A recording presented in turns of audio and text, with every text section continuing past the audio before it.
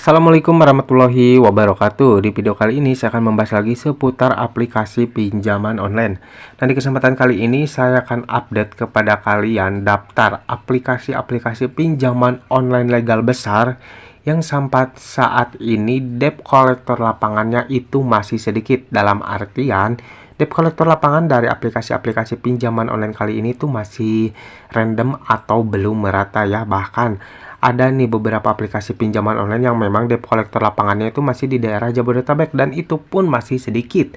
Jadi sudah dipastikan buat kalian yang mengalami gagal bayar di luar Jabodetabek, kalian aman dari yang namanya kunjungan debt collector lapangan.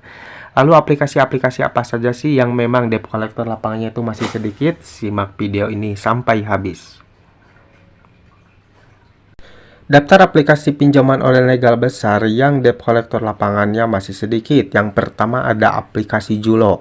Nah, untuk aplikasi Julo ini debt collector lapangannya tuh baru di daerah Jabodetabek. Namun keberadaannya juga itu masih random atau belum merata ya. Jadi buat kalian yang sering menanyakan tentang keberadaan debt collector lapangan dari aplikasi pinjaman online Julo, perlu kalian ketahui aplikasi pinjaman online Julo ini debt collector lapangannya baru di daerah Jabodetabek saja.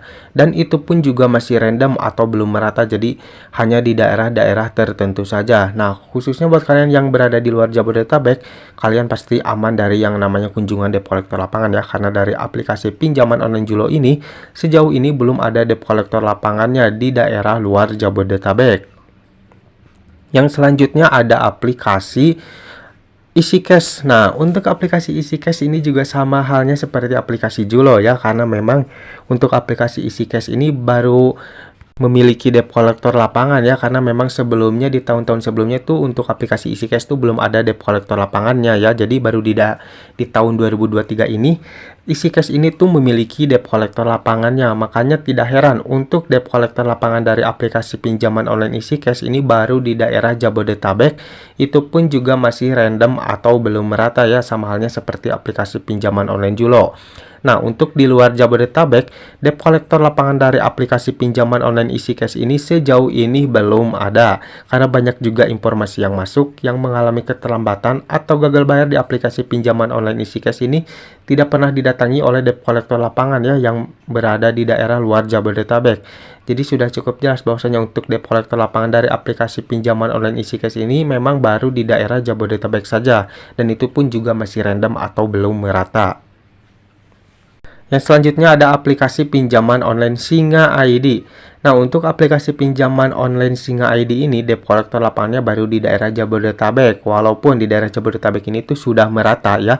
Namun keberadaan debt collector lapangan dari Singa ID ini di luar Jabodetabek sejauh ini belum ada ya. Kalaupun ada mungkin baru beberapa lah, belum terlalu merata.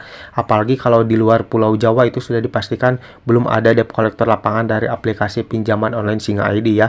Jadi untuk debt collector lapangan dari aplikasi pinjaman online Singa ID ini hanya merata di daerah Jabodetabek ya.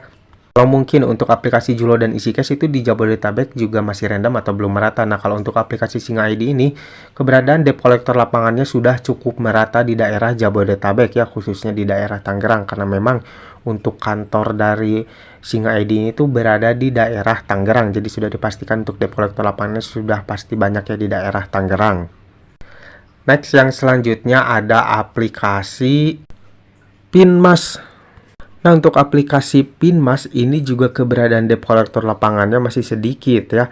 Karena memang untuk aplikasi Pinmas ini debt collector lapangannya baru di daerah Jabodetabek, dan itu pun juga masih random seperti halnya Julo dan juga EasyCash ya.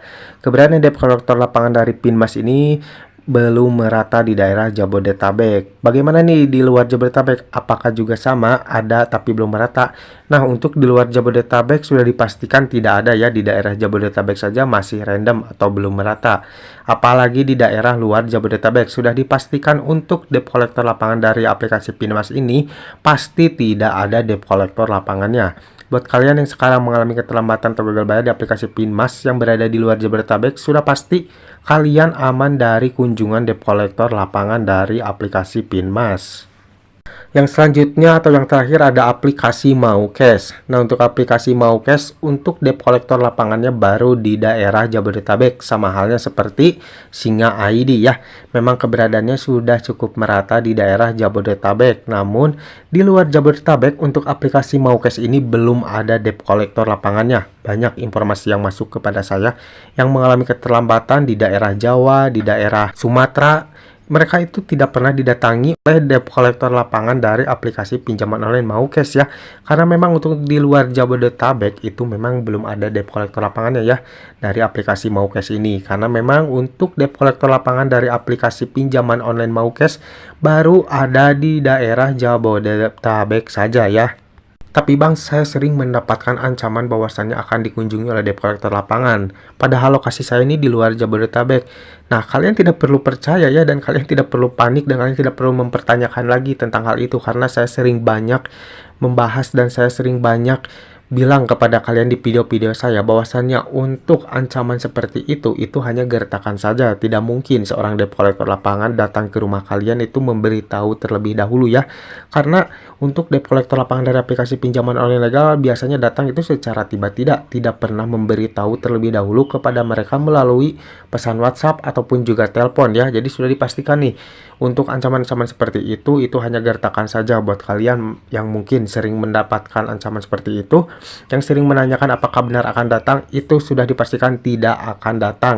Mungkin nih buat kalian yang pertama kali gagal bayar di aplikasi pinjaman online dan belum tahu tentang informasi-informasi yang sering saya share di sini, dan mungkin kalian pertama kali mendapatkan ancaman bahwasanya akan ada debt collector lapangan yang datang ke rumah kalian, kalian jangan mudah percaya ya, karena itu hanya gertakan saja atau cara mereka untuk menakut-nakuti kalian. Karena masih banyak nih di kolom komentar yang bertanya, bang, saya mendapatkan pesan seperti ini, debt collector lapangan akan datang ke rumah jika tagihan tidak dibayar jam 10. Nah itu yang sering banyak didapatkan oleh nasabah-nasabah ya.